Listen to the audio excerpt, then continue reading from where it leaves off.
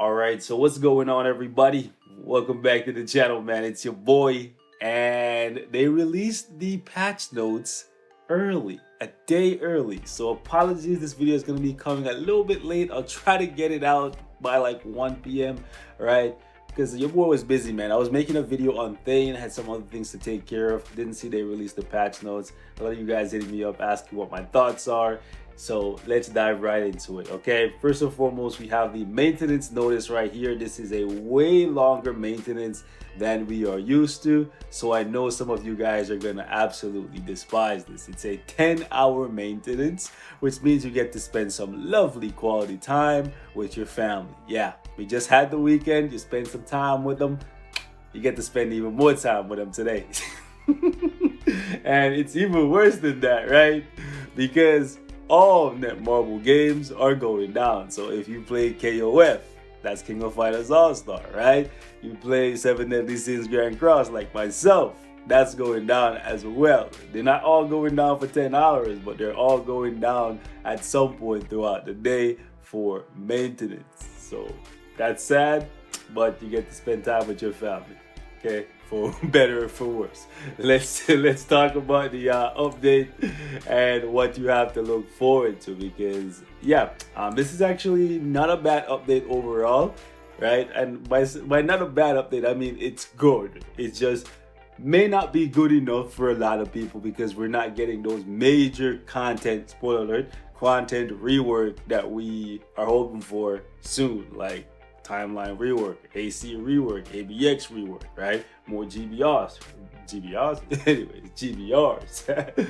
English, do you even speak it? But let's talk about it, man. We're getting one new X-Men, Dazzler, who I actually really like. I made a video on her previously. Like, I really like her. You guys should check that video out and you'll see why I like her so much. We're also getting THANE. I made a video on him. That's going to be coming after this one, so look out for that. Some of the things I discussed in that video were actually confirmed in this patch notes here, so that's good. We're also getting potential for 6 characters, which, for better or worse, are the Inhumans. Some of them are not getting touched at all, so probably not any reason for you to get them to level 70.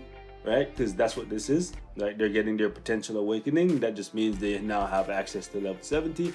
For better or for worse, I would say you have other things to prioritize. What you should do for these characters, actually, we'll talk about it in a second.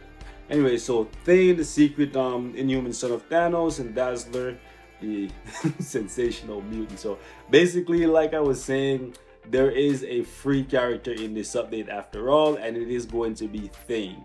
The one that many people would have wanted anyways, just because of the fact that he's Thanos' his son, right? And he is supposed to be very powerful, and at some point he will be very powerful. Right now, his kit overall is very good, but I did speak on it at length in my previous video that some of you guys may not be satisfied with him, and you'll see why in my video that's going to come later on today. Not because he's bad, that's just all I'm going to say.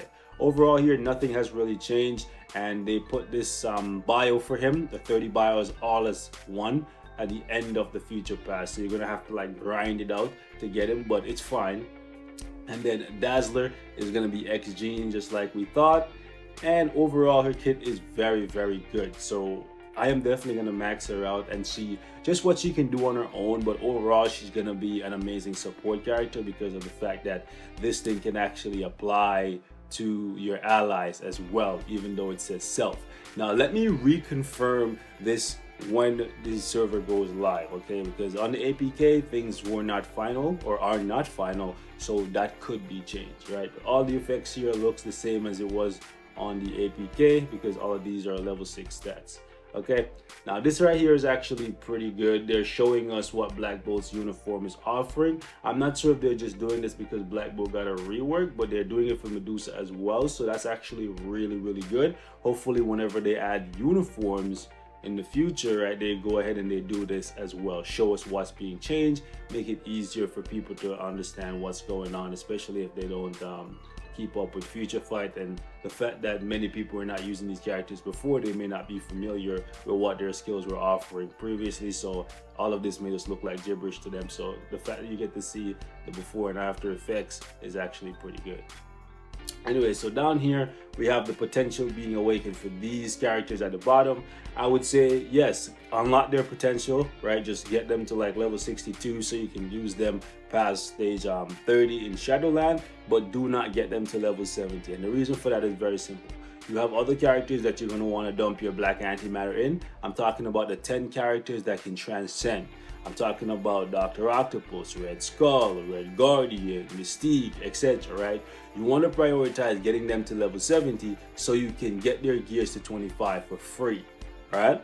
So you want to do that instead of working on these guys. Even if you love them, they're not getting uniforms right now, and I don't think they're going to be getting uniforms in the mid-month patch. That's going to be Iceman and Camilla Khan, right? So maybe next month they'll get something, but if that happens, then you can work on them next month, right? So skip over these guys for now. You can work on these guys, but skip over these guys at the bottom here, okay? Sad life. I really like Inferno. I really like Maximus.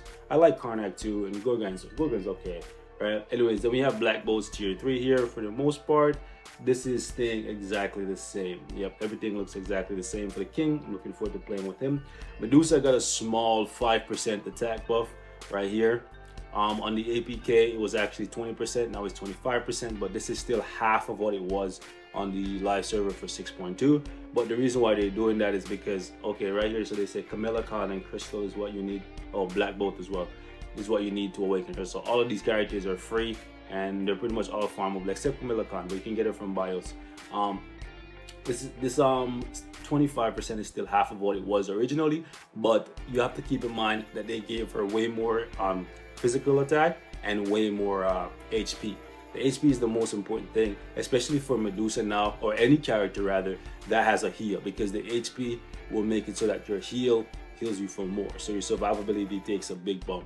So there's something you guys need to keep in mind, right? So what is this? Okay, so we're talking about the transcending process right here, and Medusa is not going to be free. Okay, Medusa's gears to 25 are not going to be free like the others, but it is what it is. It would have been nice if they made it free, but just keep in mind that all of these guys right here are free to get to I was gonna say tier 3, but you know, transcend, free to transcend, free to get their gears to 25, and it's free to transcend.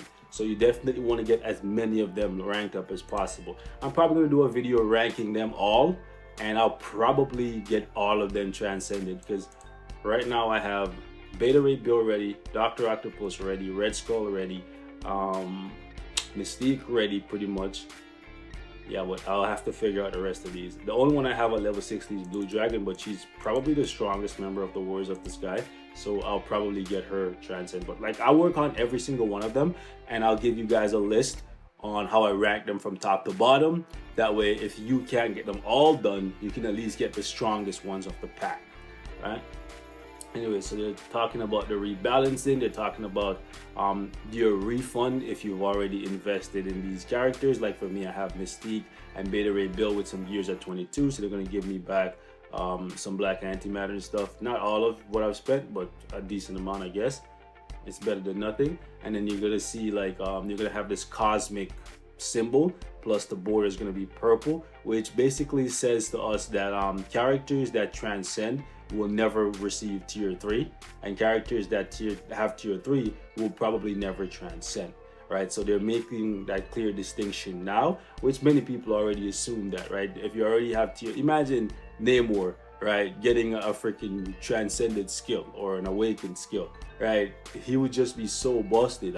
Another 25% attack up plus all those buffs, he would be so busted. Same goes for Jean Grey, right? Thanos and all those guys. Anyway, so this is the future pass. Now you'll notice that instead of getting 10 bios and then another 20, it's at the bottom here. So Thane is gonna get 30. Well, you're gonna get 30 bios for Thane, which is okay. And then we have the special icons. I personally love this one for Thor. I'm gonna buy the Mythic Pass this month as well.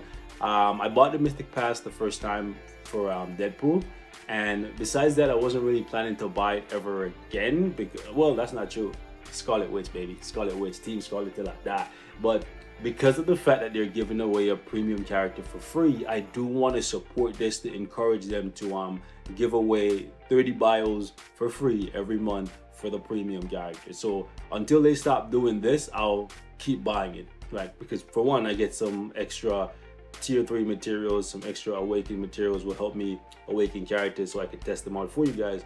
But for 2, I get to support them, and that way they can keep supporting the free-to-play community by giving them access to a premium character. And then from the event shop that we get in the middle of the month, they'll be able to get a mega tier 2, and then from there they just have to figure out where they can get a 6-star mega advancement ticket, which you can usually get from crystal spending event, or every Friday they sell one for 2,500 crystals. So you can save your crystals and you can buy a mega rank up ticket, right, for 2,500 crystals. It's been a long time since I bought that, but I believe they still sell it every Friday for 2,500 crystals. And then you can just use the mega tier 2 that you're going to get for free from the event shop, which is going to have Black Bolt's icon. It's going to be painful to pass up the mega tier 2 this month because I want a Black Bolt icon. Anyways, so they're making the future pass better for people who spend money. It's not really anything that's going to break the game. It just means that you get to the end of the future pass faster because you get more points, right? That's basically all they're doing. And then they're giving you the option to turn off the feature where you get that pop-up when the this looks so cool. This shit just looks so cool. So cool. Anyways, I wonder what they're gonna do when we get Havoc. Is it just gonna be the same animation with the beam just coming out of his chest? Anyways, you get to turn off the pop-up when you get points. And then we're okay, so alternate mode. They're showing us some of the rewards and stuff, which I am personally looking forward to grinding this out. I don't know if I'm going to be able to do it every single day just because I'm so busy, but this is such a good change, man. It's so good. If you didn't see my first video, basically you can get premium rewards on a daily, right? On a daily if you have the required characters and you have the time to play. So good. So freaking good. Keep making these changes, Future Fight team.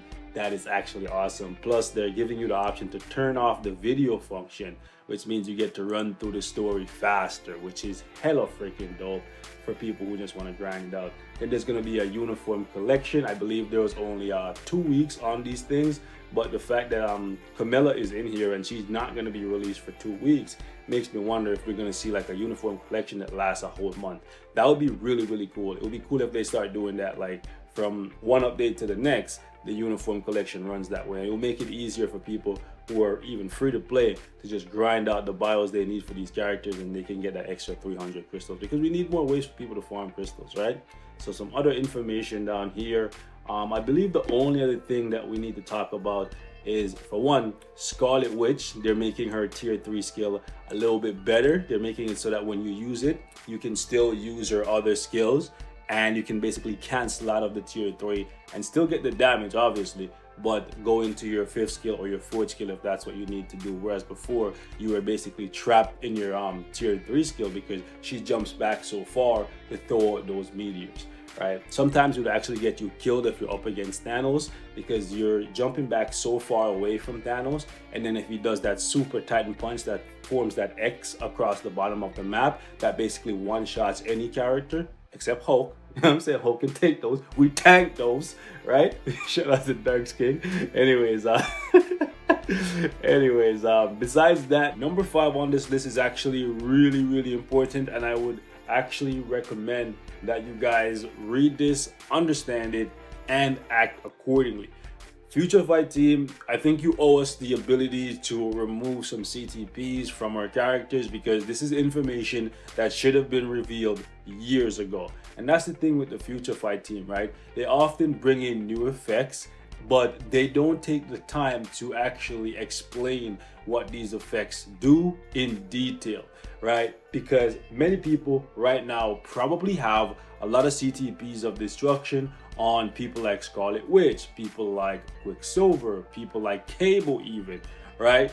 And those CTPs were actually not doing very much for those characters. If anything, those CTPs of destruction were more so just immunity to guard break, crit damage, procs, literally that, because the pierce or the penetration was actually not activating on those CTPs because those characters natively have 70% or 60% penetration, which previously, right, the firstly activated effect is the only one that got applied. It didn't stack, it was just the one that got applied first is the one that you got. But because it was a passive effect on Quicksilver, Cable, and Scarlet Witch, for example, that was always activating. So those CTPs were doing absolutely nothing for people for years, right? Whereas people like Jean Grey, she gets penetration from her 5th skill. So if the CTP activated before the penetration from her 5th skill, you would get the 30% from the CTP instead of the 80% from her 5th skill, which is really dumb. But they improved it now, and basically what happens is the higher penetration or the higher pierce chance will be applied first, and if the chances are the same, the effect that can pierce more targets will be applied first. So if you have one skill that gives you an 80% chance to pierce invincibility, and you have another skill that gives you a 30% chance to pierce invincibility, barrier, and damage immunity, that is the one that's going to be applied because it gives you the ability to pierce more. So the lower percent will actually take precedence over the higher percent if it gives you the ability to pierce more targets, right? This is something that we should have known years ago, honestly. And the only reason why they're telling this to us now is because we're getting a character that acts basically the same way how Quicksilver, Scarlet Witch, and Cable acts. However, because of this, mistakes were made years ago, and people deserve to at least get the ability to remove some of those CTPs from those characters for free, since those CTPs of destruction are not doing anything for people like Scarlet Witch, Quicksilver, and Cable. So we're going to wrap up here. Thank you guys so much for watching. You leave me your thoughts in the comments. At the very least, I think they should allow us to unequip those CTPs, because otherwise, that's nonsense. Catch you guys. Peace.